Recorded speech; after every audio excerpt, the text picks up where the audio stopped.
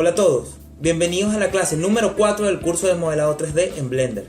El día de hoy profundizaremos en el interfaz de modo escultura de Blender para realizar los modelados esculturales que nosotros queramos, todas sus herramientas y todos los menús que posee la interfaz de Blender. Bueno amigos, entonces el modo escultura es la forma de manipular un polígono como si fuese una masa flexible, como si fuese una plastilina. Sin embargo, esto va a depender completamente de la malla del objeto, es decir, de los vértices que contenga ese polígono. Por ejemplo, si nosotros vamos al modo escultura, aquí tenemos el modo escultura, elegimos cualquier brocha y al tener este polígono aquí que podemos observar claramente su malla, es decir, cómo están sus vértices, al modificarlo, lo que estamos modificando es cada uno de sus vértices. Vamos a aumentarle la intensidad. Lo que estamos modificando son cada uno de sus vértices. Por lo tanto, la calidad del modelado que estemos haciendo de escultura va a depender de la malla y de la cantidad de vértices que posea el objeto. Por lo tanto, si nosotros queremos hacer un modelo con detalles muy pequeños, como un rostro humano o figuras biológicas, es muy recomendable que la malla esté subdividida.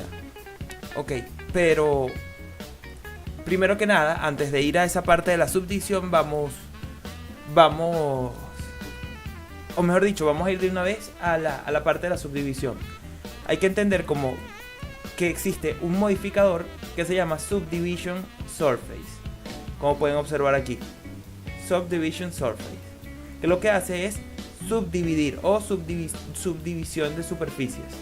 Vamos a ver, aquí está, este que está aquí. Lo que hace es subdividir la superficie del polígono.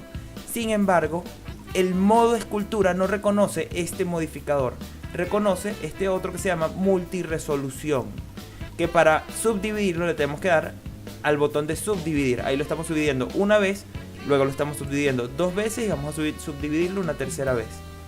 Y cuando vamos al modo escultura, ahora sí va a tomar esa subdivisión para poder realizar los diferentes cosas que vamos a realizar. Si nosotros queremos que sea más detallado, le damos otra vez a subdividir y pueden ver cómo la escultura en sí se está subdividiendo. También hay que destacar que para hacer modelado escultural de forma muy detallada, para hacer polígonos muy detallados, necesitamos polígonos de muy alta resolución, por lo cual van a ser bastante pesados para el computador. Si nosotros queremos, para este tipo de cosas, lo recomendable siempre es tener un modelo hecho primero en nuestros, de forma poligonal. Nosotros hacemos nuestro modelo como queramos que sea y luego con nuestro multiresolución nosotros vamos a ir esculpiendo lo que queremos. Así que hay que destacar eso. Los polígonos de alta resolución son muy pesados. Aquí en la parte superior derecha de la pantalla vamos a poder observar cuántos vértices, cuántas caras, cuántas caras triangulares, cuántos objetos, cuántas lámparas y cuál es la memoria que se está utilizando para poder visualizar todos esos elementos. Así que es muy importante que tengan en cuenta esto, ya que si nosotros, por cada subdivisión que va a tener el objeto, en este caso tiene 10.000 vértices, si nosotros le damos una vez más, se aumenta por 4, pero al darle una vez más, aumenta muchísimo más, así que el aumento de vértices conforme subdividimos es exponencial. Uno de los métodos para usar el modelado escultural es, una vez teniendo ya nuestro polígono hecho, por ejemplo, nosotros creamos nuestro polígono con el modelado poligonal, es decir, modificando los vértices, aristas y caras, y luego, teniendo nuestro modelo poligonal, vamos a crear los detalles que nosotros queremos para ese modelo de forma de escultura. Es decir, ahí vamos haciendo, por ejemplo, si nosotros queremos darle detalles, si nosotros de repente queremos darle algunos detalles a nuestro modelo previamente hecho. Así que es necesario también tener claro eso. Siempre es bueno hacer primero nuestro modelado poligonal hasta el máximo punto en que podemos realizar los detalles y luego hacer los detalles con el modelado escultural. Ok, en el modo escultura, aquí en nuestro panel de T de propiedades, vamos aquí para que ustedes puedan ver lo que estoy presionando. Okay, en el panel T de propiedades vamos a tener en primer lugar las herramientas, que son nuestras brochas. Aquí tenemos las diferentes brochas que Blender nos ofrece. Vamos a probar las más usadas. A ver. Ok. Entre las más usadas están esta, que simplemente lo que hace es crear burbujas. Si nosotros le damos muchas veces, lo que hace es crear burbujas alrededor del modelo. Si se están dando cuenta, aquí tenemos una simetría. Sin embargo, más adelante vamos a ver eso. Ok, lo que hace es crear ese estilo de burbujas. Otro muy utilizado es este que tenemos aquí, Sculpt Draw, el cual es para poder realizar diferentes dibujos encima de la superficie. Tenemos también uno muy utilizado que es el Smooth. Una vez que nosotros tenemos nuestro modelo, nosotros queremos suavizar esas partes, nosotros con el Smooth vamos a ir suavizando esas partes que quedaron muy fuertes o muy acentuadas. Este otro es para poder crear, como sale en la fotografía, para poder crear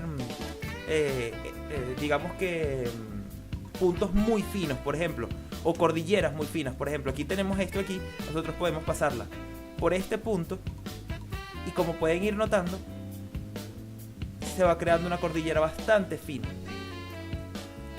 Otro muy utilizado es este que está aquí. Generalmente este es utilizado para crear musculatura o para simular musculatura, ya que lo que hace es crear como una forma plana, y así nosotros podemos simular musculatura. Como pueden observar aquí, pareciera la musculatura del hombro o la fibra muscular que tiene el cuerpo humano o los cuerpos biológicos en sí.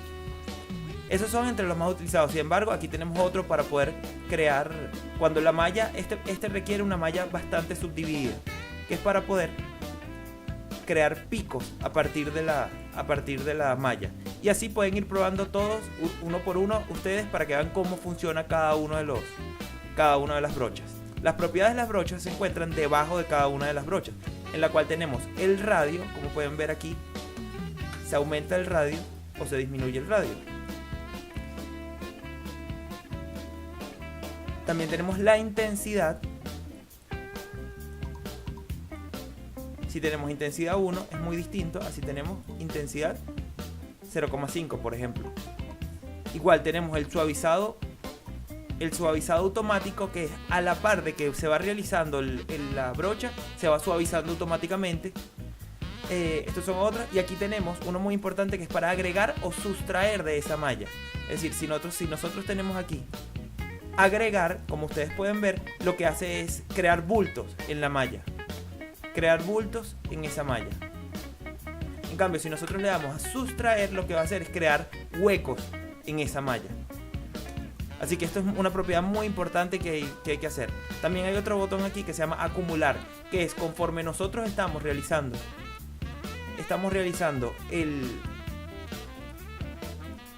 nuestro trazo. Si nosotros le damos a acumular, ese trazo se va a ir acumulando conforme pasemos encima de él de nuevo. En cambio, si quitamos eso, podemos ver que no se va acumulando. Ahora vamos con la simetría del objeto. Aquí podemos observar una pestaña llamada simetría y bloqueo. Vamos a poner otro objeto aquí para verlo con más detalle.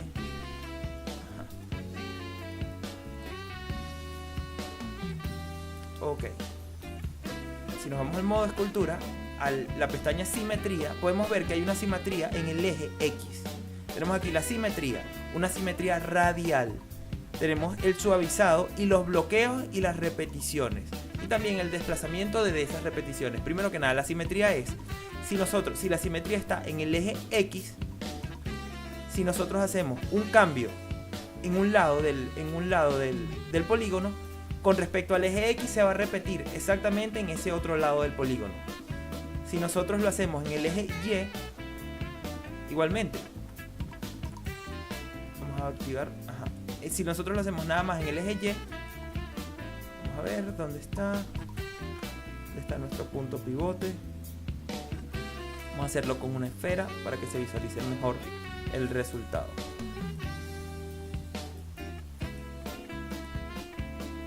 Ok.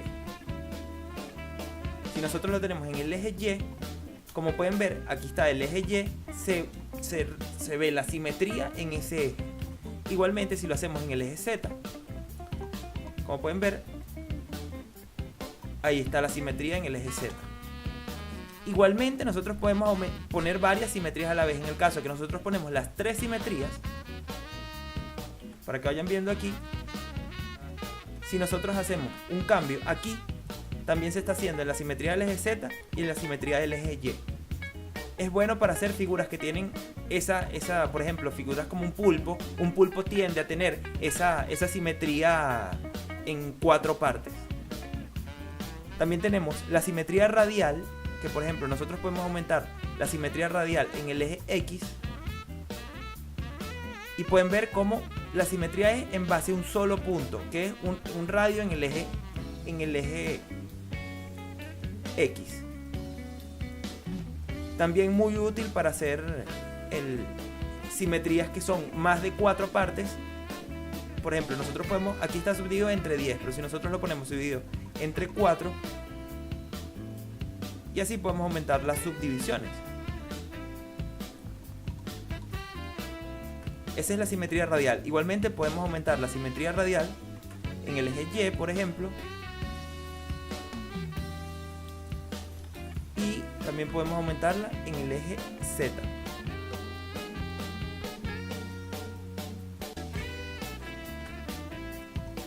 Tenemos el suavizado, igualmente sirve para suavizar el trazo conforme se va realizando. Tenemos los bloqueos, que es decir, bloquear el modelado en uno de los ejes. Vamos a ver dónde se puede apreciar aquí.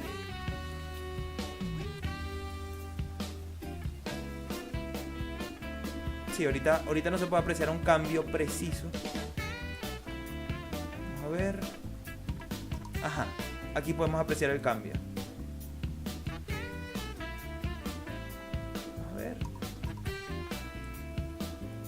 No, ahorita no se puede apreciar un cambio preciso, pero simplemente lo que hace es bloquear uno de los ejes. En las repeticiones, igualmente, lo que hace es repetir en un eje todo lo que se está haciendo. Como pueden ver, aquí se repite en ese mismo eje. Es un poco complicado usar, pero con la práctica se puede ir. Igualito en los desplazamientos de las repeticiones. Si tenemos en el eje X, nosotros decimos que se repita tantas veces nosotros queramos. Vamos a ver si se puede visualizar en este punto. No. Igualmente, si ustedes tienen dudas contra esto, lo mejor para ir aprendiendo el modelado escultural es ir sobre la marcha, ir utilizando las opciones y ver cómo modifican cada una de las cosas.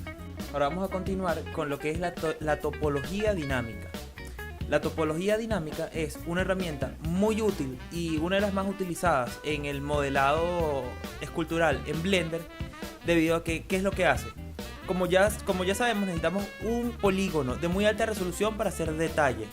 Sin embargo, esta herramienta de topología dinámica lo que hace es subdividir el polígono con respecto a por donde pasa la brocha. Es decir, va pasando la brocha y a la vez va subdividiendo el polígono. ¿Cómo se realiza esto? Nos vamos aquí a las opciones de escultura. Aquí está la pestaña que se llama topología dinámica.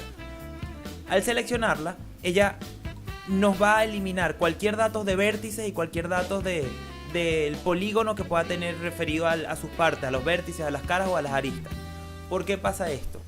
Porque como pueden observar aquí, si nos vamos al modo edición, nos hace que todas las caras se triangulen. Vamos a verlo aquí un poco mejor. Vamos al modo objeto, vamos a crear una esfera. Como pueden ver, todas las caras son cuadradas, es decir, tienen cuatro vértices. Sin embargo, al irnos al modo escultura, disculpen, y al activar la topología dinámica, si nos vamos de nuevo al modo edición, podemos ver que todas las caras se triangularon. Es decir, ahora son caras de 3 vértices. ¿Por qué pasa esto? Veamos cómo funciona. La topología dinámica funciona subdividiendo según el tamaño del píxel de la pantalla. Es decir, si nosotros tenemos 12 píxeles, cuando yo hago esto, ella va a ir subdividiendo dependiendo de los píxeles que haya dentro del espacio que tiene la brocha, dentro del tamaño de la brocha. Vamos a activar aquí para que puedan ver lo que presiono. Ok. En cambio, si yo lo pongo más pequeño, va a haber mucha más cantidad de subdivisiones por el tamaño de la brocha, como pueden ver. Y si yo lo aumento, por ejemplo, a 30, las subdivisiones no van a ser tantas. Así que para trabajar a más detalle, es bueno trabajar con el valor del tamaño de detalles menor. Es decir, por ejemplo, con 5 píxeles ya se puede crear bastante detalle. Para eso sirve la topología dinámica, para ir subdividiendo al mismo momento en que estamos pasando el trazo de la brocha. ¿Por qué triangula las caras? Porque al triangular las caras es mucho más sencillo para el programa calcular las subdivisiones que va a realizar.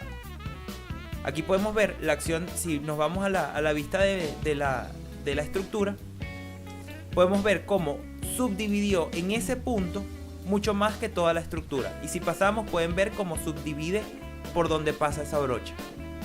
Es muy útil para crear detalles en los puntos en que uno le interesa y no saturar el polígono de vértices que no vamos a utilizar. La topología dinámica tiene diferentes herramientas, como son, por ejemplo, las más utilizadas son subdividir o colapsar bordes o subdividir bordes. Generalmente se usa subdividir y colapsar para que haga el efecto más eficiente. Tiene también sombreado suave para sombrear el polígono. Y si nosotros estamos haciendo, si no me equivoco, la característica de optimizar, lo que hace es optimizar el sombreado y optimizar esa topología que se está utilizando. Cuando se está utilizando esta herramienta mucho y es un polígono con muchísimos detalles, se puede utilizar optimizar para que se vea mucho mejor. Igualmente podemos hacer que la topología dinámica tenga una simetría direccional, poner la dirección de un punto a otro punto. Así que con todas esas opciones de la topología dinámica podemos ir jugando y ver cómo se utiliza. Hay que también destacar que si nosotros ponemos valores muy bajos, se crean mucha cantidad de vértices. Como pueden ver, aquí es una subdivisión muy pequeña. Podemos ver aquí, si observamos en los datos de arriba, ahorita el polígono tiene 482 vértices. Si lo ponemos en tamaño de detalle de 5 píxeles y hacemos un trazo, podemos ver que aumentó a 3772 vértices. En cambio, si lo ponemos mucho más detalle, es decir, en tamaño de detalle 1 píxel, y hacemos un trazo, va a aumentar a 40.401 vértices. Y eso es con solo un trazo. Imagínense que estén haciendo varios trazos para darle detalles al polígono. Así que siempre es recomendable trabajar entre 5 y 12 de tamaño de detalle. La siguiente opción que vamos a ver del modo escultura es el trazo. Y aquí vamos a poder modificar la forma del trazado que nosotros estamos utilizando. El que viene por defecto es el de espacio, que es ese. Vamos a ver, habilitar la topología dinámica aquí, ponerlo en 8. El método de trazado de espacio simplemente es, como lo pueden observar aquí, es la brocha actúa sobre el espacio, sobre el pequeño círculo rojo que aparece ahí. Si por ejemplo nosotros lo ponemos tipo aerógrafo, como pueden ver aquí, el trazo no es seguido, el trazo no es completamente seguido, porque es como si un aerógrafo estuviese expulsando material. Eso es más que todo para utilizarlo clic por clic, para utilizarlo poco a poco. Entre los otros que se utilizan también está, por ejemplo, el anclado, en el cual el punto en donde vamos a estar se ancla para poder modificar la magnitud en ese solo punto en el que se ha anclado la brocha. Y aquí pueden ir viendo, por ejemplo, tenemos la de los puntos, que es por pequeños puntos alrededor del trazado, entre otros. Para poder apreciar bien la calidad de las diferentes trazos, es bueno utilizar un polígono bien subdividido o una topología dinámica con un detalle bastante bajo, para poder apreciar con precisión la calidad de cada uno de estos trazados. También aquí tienen otras opciones, como por ejemplo la alteración de ese trazo, si suavizar el trazo o no, el radio y el factor de ese suavizado, y las muestras a considerar dependiendo del trazo que sea. Son diferentes herramientas que pueden utilizar para modificar ese trazo que ustedes quieren darle al modelado. Ahora vamos con otra herramienta sumamente importante para poder realizar detalles a los diferentes modelos, y más que nada agregar texturas. ¿Por qué? Porque nosotros vamos a poder imprimir sobre el modelo diferentes texturas en base a una imagen alfa. ¿Qué es una imagen alfa? Aquí pueden observar, por ejemplo, esto sería una imagen alfa, que sería una textura como de escamas de tiburón o escamas de peces. En una imagen alfa simplemente es una imagen que contiene el canal alfa. Ese canal alfa es el transparente, el que podemos observar en imágenes PNG, por ejemplo. Esa parte transparente. O también se pueden hacer con imágenes en blanco y negro. ¿Por qué pasa esto? Porque él va a aplicar la textura, él va a aplicar una brocha, la acción en las partes más oscuras, y va a dejar de aplicar la acción, o no la va a aplicar, en las partes más claras. Por lo tanto, se va a poder aplicar textura a los modelos. ¿Cómo se hace esto? Nos vamos aquí a la pestaña que se llama textura y le damos a nueva textura. Ahora tenemos que irnos al panel de propiedades, aquí en la pestaña textura, que es esta, que es un cuadradito como un tablero de ajedrez con rojo y blanco. Y aquí tenemos nuestra textura que acabamos de crear, que se llama textura 1. Podemos ver el nombre aquí, textura 1. Y aquí vamos a abrir la imagen alfa que nosotros tenemos. Como pueden ver, aquí ya se abrió la textura. ¿Qué es lo que vamos a hacer ahora? Aplicar esa textura en nuestro polígono.